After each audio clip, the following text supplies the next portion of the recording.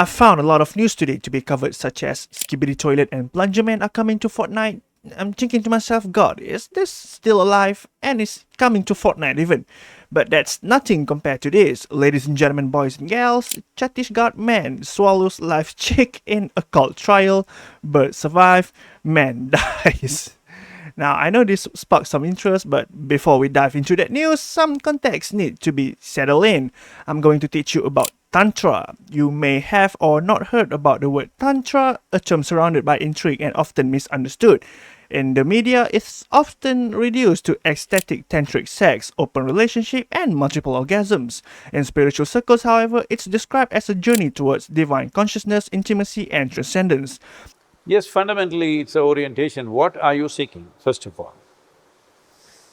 See, it's like technology. Because when you use the word tantra, essentially you're talking a technique or a technology. Tantra does not mean unbridled promiscuousness as today American Tantra is going. It means it's a technology. What is the greatest technology on the planet? Well, human system is the greatest technology on the planet. Learning to use this in many different ways, not just survival process of eating, sleeping, reproducing and dying, which is what most human beings are doing, but this technology can be enhanced to use in a completely different way. But what is Tantra really, and how has it shaped beliefs and practices across countries? Let's unravel the truth behind this ancient tradition before diving into a bizarre and tragic story from Chhattisgarh. Tantra originates from ancient India, though its exact origins and founder are elusive. Some of the earliest depictions of Tantra date back to the Indus Valley civilization around 2000 BCE. However, the two main strains of Tantra, Hindu Tantrism and Tibetan Tantrism, are believed to have emerged between 300 and 400 CE. Unlike the rigid asceticism of classical yoga, Tantra celebrates life, senses, and the interconnectedness of everything. Its core belief is that human suffering arises from the illusion of separation. Tantrikas or tantric yogis sought to bridge this divide, embracing the mundane and the spiritual as one. The Sanskrit word tantra means loom, symbolizing the interweaving of life's spiritual and physical aspects. It teaches that everything is divine, the masculine and feminine energies, the sun and moon, life and death, yin and yang, all part of a universal balance. Over time, Tantra influenced many spiritual traditions, including Shaivism, Buddhism, and Jainism, but much of its knowledge was lost during invasions, with remnants preserved in Tibetan monasteries. Today, Tantra's true essence often gets overshadowed by sensationalized interpretations. At its heart, Tantra is about experience, devotion, and ritual. It teaches us to celebrate life, to see the divine in every act.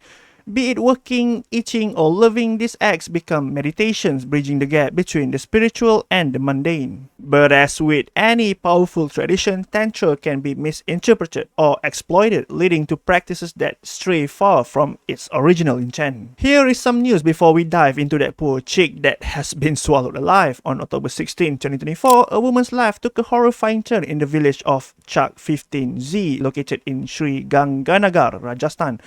According to reports, this woman, married for over 5 years and struggling with infertility, attended a local fair. However, she never returned home that evening. The woman alleges that she was lured and abducted by a man known as Lovely Singh, a self-proclaimed tantric from Chak 70Z village. Singh, along with his nephew Jas from Kikar Chak village, allegedly held her hostage for 2 weeks.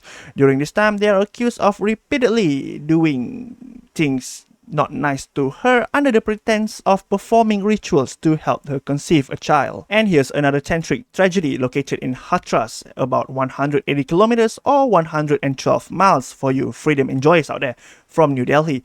Is now at the center of this unsettling tale. The victim, a young boy aged just 11, was tragically killed in a school by people he trusted the most. This incident took place at a school owned by Jasodan Singh, a man reportedly steeped in the beliefs of black magic and tantric rituals. According to the police, Singh believed that a human sacrifice would bring wealth, fame, and prosperity to his school and family. On Sunday night, the boy was kidnapped from the school's hostel by none other than Dinesh Baghel, the school director, and Jasodan Singh suffering son, along with 2 teachers and school principal Lakshman Singh.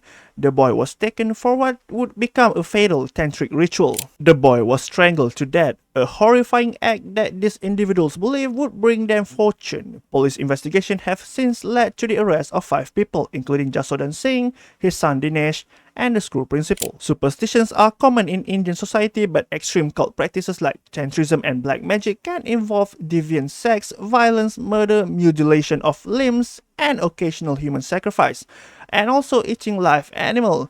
No, not dead and raw. This is not sushi, but alive and raw. Why did the chicken cross the road? Because you didn't cook it, you muppet. Which brings us to a chilling story from Chhattisgarh, India, a case that has sparked debates about superstition and the misuse of spiritual practices. In a tragic turn of event, Anand Yadav, a 35-year-old man from Chinkalo village, was found dead under mysterious circumstances. Doctors discovered something shocking during the post-mortem: a live chick lodged in his throat. Yes, the man is dead, but the chick is still alive inside his throat. Thank God, I'm worried about the chick, but the chick is safe. Hooray, I guess. According to his family, Anand felt dizzy and collapsed shortly after returning home from a bath. Rushed to the hospital, he was declared dead on arrival. The live chick had obstructed his airways, leading to asphyxiation. But the question remains, why would anyone swallow a live chick? Villagers claim Anand had been consulting a tantric or occultist to overcome infertility. Some speculate that swallowing the chick was part of an occult ritual believed to fulfill his desire for fatherhood. However, these claims remain unverified, and police are investigating further. While the exact details of this incident are unclear, it highlights a darker side of spiritual practices, one where desperation and misinformation can lead to tragic consequences. Authentic Tantra emphasizes balance, awareness, and respect for life. It's a part of liberation, not superstition.